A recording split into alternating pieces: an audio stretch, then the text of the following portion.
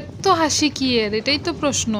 কইতাছি আমি আজকে যাইতাছি আমার মাসির বাড়িতে, আর মাসির বাড়িতে যাওয়া মানে হাসতে হাসতে পেটে ব্যথা তো হইবই, এটা ছাড়া তো অসম্ভব। হঠাৎ করিয়া প্ল্যান, আমি আমার মা রওনা দিছি, তো যাইতে যাইতে একটু ছোট্ট একটা ব্লগ তো বানানোই যায়।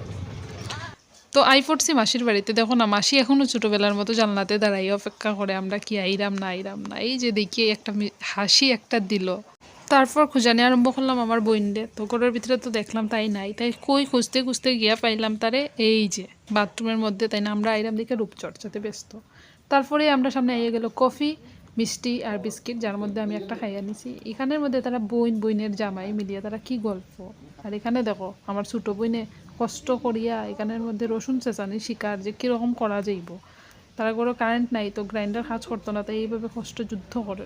তারপরে আমরা খাওয়া দাওয়া সারিয়া আই পড়ি তারা ছাতের উপরে তারা যে সুন্দর একটা বাগান বানাইছে, যদিও সব ফুল ফুটছে না, ফুটলে অসাধারণ লাগবো। যাই ছোটো মোটো বাগান একটা ছাতের মধ্যে, খুব ভালো লাগছে।